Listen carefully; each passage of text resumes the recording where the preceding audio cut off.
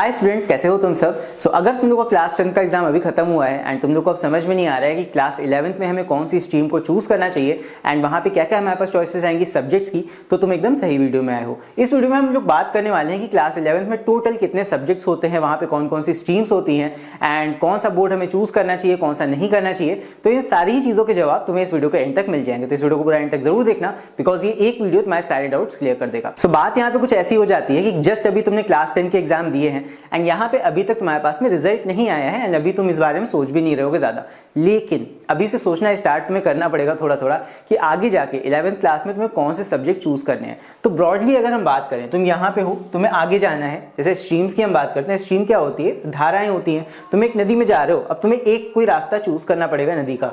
या तो तुम साइंस में जा सकते हो, या तो तुम कॉमर्स वाली स्ट्रीम में जा सकते हो, या फिर ह्यूमैनिटीज या फिर आर्ट्स में जा सकते हो। तो तीन रास्ते तुम्हारे पास ओवरऑल रहते हैं, ठीक है। और बाकी अगर जिसको नहीं जाना है वो तो फिर यहीं पे किनारे पे आके अपना लाइफ ऐसे ही जीना शुरू कर सकता है। लेकिन मैं नॉर्मली बात कर रहा हूँ, जो स्टूडेंट्स आगे कंटिन्यू करेंगे पढ़ाई, तो उनके लिए तीन मेनली रास्ते होते हैं यहाँ पे। फिर यहाँ पे इन तीन रास्तों में भी क्या होता है, जनरली स्कूल्स में एक बाबा आदम के जमाने से चीज चली आ रही है, राइट। जिस बच्चे के यहाँ पे जितने मार्क्स होते हैं उसके बेसिस पे बच्चों को स्ट्रीम दी जाती है। जैसे कि तुम्हारे क्लास 10 कंप्यूटर के प्रोग्राम ही एक आ गया था जावा का, दैट यहाँ पे मार्क्स एंड स्ट्रीम्स देखो अरेंज की गई हैं। इतने मार्क्स होंगे तो ये स्ट्रीम मिल जाएगी। सबसे ज्यादा टॉपर्स बच्चों को साइंस दे दी जाती है, फिर उससे कम मार्क्स वालों को कॉमर्स दे दी जाती है, और जिनके सबसे कम मार्क्स आते हैं उनको आर्ट्स दे दी जाती है। तो एक तरह से मार्क्स के बेसिस पे अलॉटमेंट किया जाता है इन मोस्ट स्कूल्स। ये जो अलॉटमेंट है मोस्ट स्कूल्स में यही फॉलो होता है। एंड मेरे हिसाब से अगर पूछो तो ये अलॉटमेंट का तरीका या स्ट्रीम्स देने का तरीका बहुत गलत होता है। बिकॉज जरूरी नहीं है कि जिस बच्चे के मार्क्स अच्छे आ रहे हो उसका साइंस पढ़ने का मन हो सकता है उसका आर्ट्स साइड या दूसरा कोई सब्जेक्ट पढ़ने का मन हो। एंड अगर किसी बच्चे के मान लो मार्क्स कम आए हैं फिर भी अगर उसका साइंस पढ़ने का मन है, तो क्या ऐसा नहीं हो सकता कि उसको साइंस ना पढ़ने दी जाए।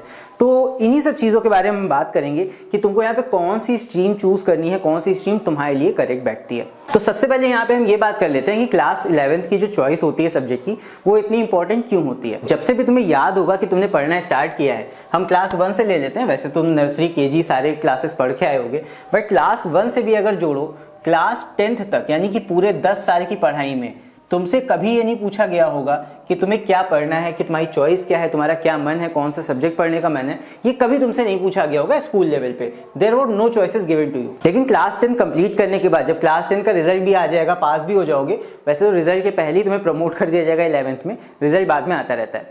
लेकिन जब तुम क्लास 10 से क्लास 11th में जा रहे हो, तो अभी तुम इस स्टेज पे हो, एंड जैसे होता नहीं जूम में मैप लगा होता है, बता दिया जाता है यू आर हेयर, तो अभी तुम यहाँ पे हो, यू आर हेयर। अभी तुम लाइफ के इस स्टेज पे हो जहां तुम 10th पास करके 11th में जा रहे हो। तो ये बहुत बड़ा पॉइंट है। क्यों? बिकॉज पहली बार तुम्हें एक चॉइस दी गई है जहां तुम अपने मन के सब्जेक्ट चूज कर सकते हो जिन्हें तुम आगे जाके पढ़ोगे। तो यहाँ पे पहली बार तुमको एक चॉइस दी गई है, इसीलिए ये चॉइस बहुत ज्यादा इंपॉर्टेंट हो जाती है। एंड सेकेंडली ये चॉइस इसलिए भी इंपॉर्टेंट है बिकॉज क्लास 11th में तुम जो भी स्ट्रीम चूज करोगे, जो भी सेट ऑफ सब्जेक्ट्स चूज करोगे, वो तुम्हें 11th 12th में पढ़ने हैं, ठीक है, पहली चीज। एंड उसके अलावा जो सब्जेक्ट तुम यहाँ पे चूज करोगे वही डिसाइड करेंगे आगे का रास्ता, कि तुम ग्रेजुएशन में क्या लोगे, फिर पोस्ट ग्रेजुएशन में क्या लोगे, एंड पीएचडी अगर करोगे इतना आगे तक जाके तो पीएचडी में क्या लेते हो। मोस्ट बच्चे ग्रेजुएशन तक करके पढ़ाई छोड़ देते हैं, बट कई बच्चे उस पढ़ाई को आगे भी कंटिन्यू करते हैं and post graduation and PhD भी करते हैं जिनको करना होता है। तो यहाँ पे मेनली अभी हम इसकी बात करेंगे, वो तो आगे फ्यूचर की चीज है।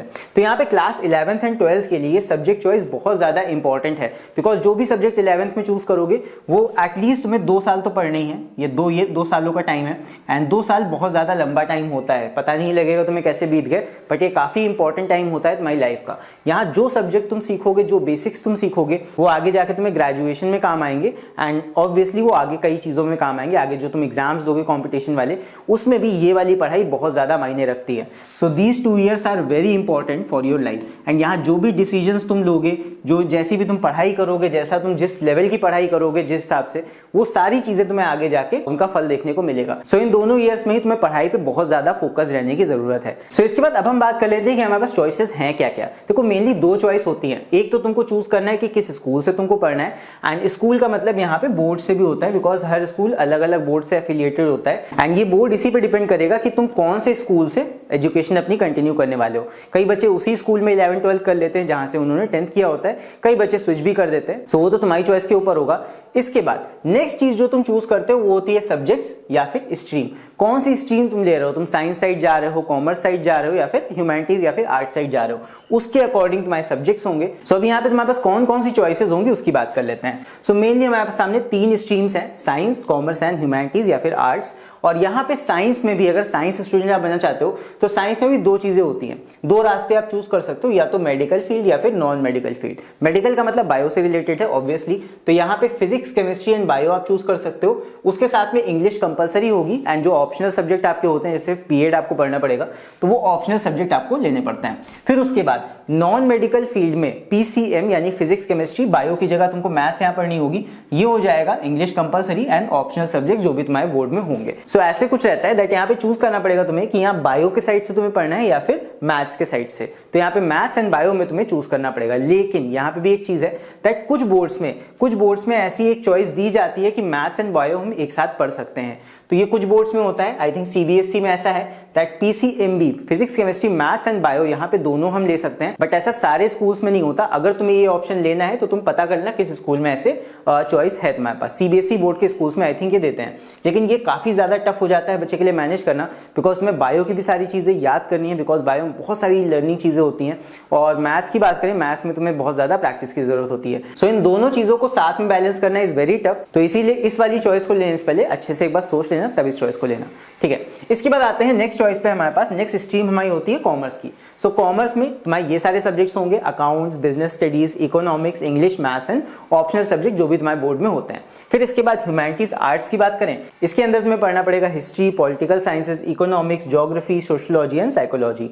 और भी ऑप्शनल सब्जेक्ट तुम पढ़ना चाहो पढ़ सकते हो। इसके साथ में बहुत सारे ऑप्शंस होते हैं। यहाँ पे देखो कुछ मैंने दिए हुए हैं ऑप्शनल सब्जेक्ट, इसके साथ तुम ये सारे पढ़ सकते हो, maths, home science, legal studies, fine arts, physical education, media studios. And अब काफी स्टूडेंट्स ह्यूमैनिटीज विद मैथमेटिक्स भी पढ़ रहे होते हैं, मतलब आर्ट साइड विद मैथमेटिक्स, ये भी एक ऑप्शन होता है कुछ स्कूल्स में। बिकॉज मान लो किसी बच्चे को अगर साइंस नहीं पढ़ना है तो ह्यूमैनिटीज या फिर आर्ट के साथ में मैथ्स भी पढ़ सकता है। अब ऐसे भी ऑप्शन है तुम्हारे पास में। तो ये तुम्हारे पास ऑप्शंस या फिर चॉइसेस रहते हैं जो स्ट्रीम्स में तुम चूज कर सकते हो। सो अब बहुत से बच्चों के मन में ये सवाल आता है कि हमारे लिए कौन सी स्ट्रीम अच्छी है, कौन सी स्ट्रीम हम चूज करें। तो उसके लिए देखो क्या आंसर है। यहाँ पे सबसे पहले तुम्हें एक नॉलेज होना चाहिए दैट कौन सी फील्ड को चूज करने पे क्या क्या ऑप्शंस तुम्हारे पास में आगे करने के लिए रहेंगे। तो यहाँ पे देख लो मैंने बहुत सारे ऑप्शंस मेंशन किए हैं। जैसे कि अगर साइंस साइड तुम जाते हो तो साइंस में 2 फील्ड्स हैं, एक तो मेडिकल फील्ड एंड एक non medical field. So medical field के अंदर there are many fields, many sub field जिसके अंदर तुम जा सकते हो। जैसे कि जोलॉजी में जा सकते हो, बॉटनी में जा सकते हो, माइक्रोबायोलॉजी में, biochemistry and fields like nutrition, pharmacology, psychology, biotechnology, MBBS. और उसकी ऑल्टरनेट ब्रांचेस भी होती हैं जैसे कि डेंटिस्ट्री, आयुर्वेदा, होम्योपैथी और कई और फील्ड्स भी होती हैं जैसे कि physiotherapy, clinical research and audiology. बहुत सारी फील्ड्स हैं जो तुम्हें मन हो चूज कर सकते हो। नॉन मेडिकल फील्ड की बात करें तो इसमें आर्किटेक्चर होता है, एविएशन इंडस्ट्री में जा सकते हो, स्टैटिस्टिक्स में जा सकते हो, डिफेंस में जा सकते हो, डिजाइन में, ethical hacking, merchant navy, computer applications, physics, chemistry and many more fields. तो ये सारी तुम चूज कर सकते हो साइंस के अंदर। फिर इसके बाद अगर हम कॉमर्स की बात करें तो कॉमर्स के अंदर भी तुम्हारे पास ये सारे ऑप्शंस हो जाते हैं जहां पे तुम चार्टर्ड अकाउंटेंट बन सकते हो, कंपनी सेक्रेटरी बन सकते हो। इसके अलावा एक्चुअरियल साइंस है, मैनेजमेंट, इकोनॉमिक्स, बैंक पीओ, ये सारी चीजें तुम यहाँ से कर सकते हो। और भी बहुत सारी है, होटल मैनेजमेंट तुम कर सकते हो, यहाँ से फाइनेंस में जा सकते हो एंड इन्वेस्टमेंट बैंकिंग में भी जा सकते हो। तो ये बहुत सारी चीजें तुम्हारे पास में अवेलेबल रहती हैं। फिर बात करें ह्यूमैनिटीज की तो ह्यूमैनिटीज में तुम्हारे पास बहुत सारे ऑप्शंस रहते हैं आफ्टर करियर ऑप्शंस, जिसके अंदर कुछ हैं design, law, psychology, economics, management, history, archaeology, international relations, hotel management, event management, mass communications. इस तरह की बहुत सारी चीजें हैं जो तुम आर्ट साइड में रहकर कर सकते हो, ह्यूमैनिटीज में जाके कर सकते हो। तो ऐसा नहीं है कि आर्ट साइड बहुत ज्यादा खराब होती है। ऐसा एक ट्रेडिशन तो बना दिया गया कि आर्ट साइड में जाके आप ज्यादा कुछ नहीं कर सकते हो, बट ऐसा नहीं है। आर्ट साइड में भी जाके आप बहुत ज्यादा सक्सेस अचीव कर सकते हो लाइफ में। बस सही रास्ता तुम्हें पता होना चाहिए सक्सेस का। बाकी यहाँ पे स्ट्रीम से कोई खास ज्यादा फर्क नहीं पड़ता है। It only depends on your interest कि तुम्हारा क्या पढ़ने में इंटरेस्ट है एंड सिर्फ इसी इंटरेस्ट के बेसिस पे तुम्हारा डिसाइड होता है कि तुम्हें कौन सा स्ट्रीम चूज करना है। तो अब ये बात आ जाती है, स्ट्रीम तो हमने चूज कर लिया, कौन सी स्ट्रीम हमें पढ़नी है, कौन से बोर्ड से हम पढ़ाई करें, इसकी बात आ जाती है। बिकॉज बहुत से बच्चों के मन में ये डाउट आता है। तो यहाँ पे मेनली 3 ऑप्शंस तुम्हारे पास में है। एक है आईसीएससी, जिसको हम आईएससी बोर्ड बोलते हैं 11th एंड 12th में। 10th तक आईसीएससी रहता है, 11th 12th में इसका नाम आईएससी बोर्ड हो जाता है वही। उसके बाद नेक्स्ट आ जाता है हमारा सीबीएसई बोर्ड, और उसके बाद फिर अलग अलग स्टेट के अपने अपने बोर्ड रहते हैं, जैसे UP board, Rajasthan board, MP board, इस तरह हर स्टेट का अपना एक बोर्ड होता है। अब क्या है 11th एंड 12th में 90% सिलेबस तुम्हारे सारे बोर्ड्स का सेम रहता है। कई बच्चे कहते हैं आईसीएसई अच्छा है, कई बच्चे कहते हैं सीबीएसई अच्छा है, कई बच्चे कहते हैं हमारे स्टेट का बोर्ड अच्छा है। अच्छे सारे हैं अपनी जगह, तुम जिस भी बोर्ड से पढ़ रहे हो वो बोर्ड तुम्हारे लिए अच्छा है। अगर तुम बोर्ड स्विच करने की सोच रहे हो तो तुम्हारे लिए प्रॉब्लम क्रिएट होगी 11th क्लास में काफी ज्यादा, बिकॉज 10th तक तुम एक तरीके से चीजें पढ़ते आए हो। 11th में आके हो सकता है तुम्हारे बोर्ड में वो सारी चीजें 10th में ना रही हो, अचानक से तुम्हारे लिए स्किप हो जाए 11th में आके। तो मेरा तो यही कहना है कि जिस भी बोर्ड में तुम पढ़ते आए हो 10th क्लास तक, उसी बोर्ड में ही आगे कंटिन्यू करना चाहिए, वो ज्यादा बेस्ट रहता है। बाकी तुम्हारे अपने मन के ऊपर है। हर बोर्ड की अपनी एक खासियत होती है, जैसे कि आईसीएसई बोर्ड में 10th तक उतनी सारी चीजें होती हैं जो सीबीएसई में 10th में नहीं होती हैं। 11th में आके सिलेबस सेम हो जाता है लगभग। तो यहाँ पे अगर जैसे मान लो तुम आईसीएसई बोर्ड से सीबीएसई बोर्ड में जा रहे हो, तो एक बोर्ड से जैसे ही तुम दूसरे बोर्ड में जाओगे, क्या होगा, वहां पे पैटर्न तुमको जो चेंज मिलेगा ना, सो उस चेंज ऑफ पैटर्न की वजह से तुम्हें शुरू में काफी ज्यादा दिक्कतें फेस करनी पड़ेंगी। तो 11th-12th में ऑलरेडी कोर्स काफी ज्यादा टफ हो जाता है, तो इसीलिए मैं कहूंगा जिस भी बोर्ड में तुम पढ़ते आ रहे हो उसी बोर्ड से आगे कंटिन्यू करो, ज्यादा बेटर रहता है। बाकी अपना तुम्हारा मन है। और यहाँ पे सब्जेक्ट चॉइसेस भी अलग अलग बोर्ड में थोड़ा बहुत अलग होती हैं। जैसे कि तुम्हें अगर दोनों सब्जेक्ट चाहिए, मैथ्स एंड बायो, तो तुम्हें सीबीएसई बोर्ड में ही स्विच करना पड़ेगा, वो आईसीएसई में तुम्हें नहीं मिलेगा। और स्टेट बोर्ड्स की बात करें तो स्टेट बोर्ड भी अच्छे होते हैं, बस ये है कि तुम कैसे वहां से पढ़ाई कर रहे हो। कोई बोर्ड खराब नहीं होता, बोर्ड ये सारे अच्छे हैं। जिस भी बोर्ड में पढ़ते आ रहे हो तुम उसी में कंटिन्यू कर सकते हो। एंड बाकी अगर स्विच भी करना चाह रहे हो तो यहाँ पे एक्स्ट्रा मेहनत करने के लिए रेडी रहना। थोड़ा सा यहाँ पे तुम्हें स्विच करने में दिक्कत होगी, दैट जो भी पैटर्न का चेंज होता है वो शुरू में एडजस्ट करने में काफी बच्चों को प्रॉब्लम आती है, राइट। तो इसके लिए रेडी रहना अगर बोर्ड स्विच कर रहे हो तो। नेक्स्ट, इसके बाद अब हम बात कर लेते हैं, कई बच्चों के मन में ये सवाल रहता है कि हमने मान लो 11th में कोई स्ट्रीम चूज कर ली, लेकिन आगे 1 महीने के बाद जाके हमें समझ में आया कि हम ये स्ट्रीम नहीं करना चाहते, हम चेंज करना चाहते हैं, तो क्या वहां पे स्ट्रीम को चेंज किया जा सकता है? तो क्लास 11th में ये पॉसिबल है। मान लो तुमने स्कूल को शुरू में बता दिया कि हम साइंस साइड से पढ़ना चाहते हैं, बट आगे जाके तुम कॉमर्स में जाना चाहते हो, सो यहाँ पे तुम्हारे पास में कुछ टाइम होता है। अब ये अलग अलग बोर्ड के लिए अलग अलग हो सकता है, कुछ स्टार्टिंग के टाइम में। 11th की मैं बात कर रहा हूँ, क्लास 11th में थोड़े टाइम तक तुम्हारे पास एक टाइम लिमिट होती है कि उतने टाइम में तुम स्ट्रीम चाहो तो चेंज कर सकते हो। स्कूल के पास एक टाइम होता है, तुम्हारी स्ट्रीम चेंज करके तब जाके वो फॉर्म तुम्हारा सबमिट करेगा। लेकिन अगर फॉर्म सबमिट हो गया है उसके बाद फिर स्ट्रीम नहीं चेंज हो सकती, एंड उसके बाद क्लास 12th में तो भूल ही जाओ, क्लास 12th में स्ट्रीम नहीं चेंज की जा सकती है। एंड एक और इंपॉर्टेंट चीज, जो सब्जेक्ट तुमने 11th में नहीं पढ़े हैं वो तुम 12th क्लास में चूज नहीं कर सकते हो। जो सब्जेक्ट का सेट तुमने क्लास 11th में चूज किया है वही सारे सब्जेक्ट तुम्हें 12th में भी पढ़ने हैं। सो 2 साल का ये बॉन्ड होता है, जो सब्जेक्ट तुमने 11th में शुरू किए हैं वो तुम्हें 12th में भी पढ़ने पड़ेंगे। ना एक्स्ट्रा कर सकते हो ना कम कर सकते हो। तो चॉइस जो भी तुम्हें बनानी है वो अच्छे से सोच के बनानी है। एंड यहाँ पे एक और चीज भी होती है, जैसे मान लो तुम्हें साइंस चाहिए एंड कोई स्कूल अगर तुम्हें साइंस नहीं दे रहा है तो तब क्या करें? बिकॉज कई बच्चों को मान लो मन है साइंस पढ़ने का, बट मार्क्स उनके उतने अच्छे नहीं आए हैं या बाकी बच्चों के ज्यादा आए हैं, तो वहां पे उनको साइंस नहीं मिल रही है, तो क्या करें? तो देखो एक चीज समझ लो, दैट स्कूल तुमसे सिर्फ 3 चीजें चाहता है। पहली चीज तो फीस है ना, फीस के बिना तो पढ़ाएगा नहीं। उसके बाद स्कूल का नेम तुम्हारी टी शर्ट पे छपाओ। अब तो मोस्टली स्कूल्स में ये होने लगा है, अब तो बच्चों को चलता फिरता एडवर्टीजमेंट बना दिया गया है। और उसके बाद टॉप 10 रिजल्ट वहां पे चाहिए होता है। क्यों ऐसा होता है? बिकॉज एडमिशंस के लिए ये रिक्वायर्ड होता है। अगर वो बैनर में लगाएंगे कि हाँ हमारे स्कूल से इतने टॉपर्स है, मैं यहाँ पे अच्छे मार्क्स की सिर्फ बात नहीं कर रहा हूँ, टॉपर्स की बात कर रहा हूँ, हर स्कूल को टॉपर चाहिए। क्यों? बिकॉज ये उनके एडमिशन में हेल्प करता है। एडमिशन ओपन लिख के अगर वो ये बैनर लगा देंगे तो ऑब्वियस ही बात है उनके स्कूल्स के एडमिशन बढ़ेंगे। सो कहीं ना कहीं मनपसंद स्ट्रीम ना देने के पीछे एक रीजन ये भी होता है कि स्कूल अपना रिजल्ट खराब नहीं करना चाहता। क्योंकि स्कूल का अगर रिजल्ट खराब होगा, कोई बच्चा फेल हो जाता है, मार्क्स कम आते हैं, मार्क्स कम ही आने को ले लो, सो उसके कहीं ना कहीं एडमिशंस कम होंगे और उसका बिजनेस खराब होगा। सो ये एक बहुत बड़ा रीजन होता है कि स्कूल जनरली एवरेज बच्चों को साइंस नहीं देता है। ये एक रूल बना दिया गया है, क्योंकि मैंने तुम्हें स्टार्टिंग में दिखाया था दैट जिस बच्चे के मार्क्स कम होते हैं उसको कॉमर्स या फिर आर्ट साइड ही दी जाती है। तो ये बहुत गलत चीज है। अगर तुम्हारा स्कूल ऐसा नहीं कर रहा है, नहीं तुमको साइंस दे रहा है, तुम्हारा मन है साइंस पढ़ने का, तो तुम एक काम कर सकते हो, स्कूल चेंज कर सकते हो, दूसरा स्कूल स्विच कर सकते हो। इससे घबराने की जरूरत नहीं है, बिकॉज स्कूल सिर्फ एक बिल्डिंग होती है। School is just a building.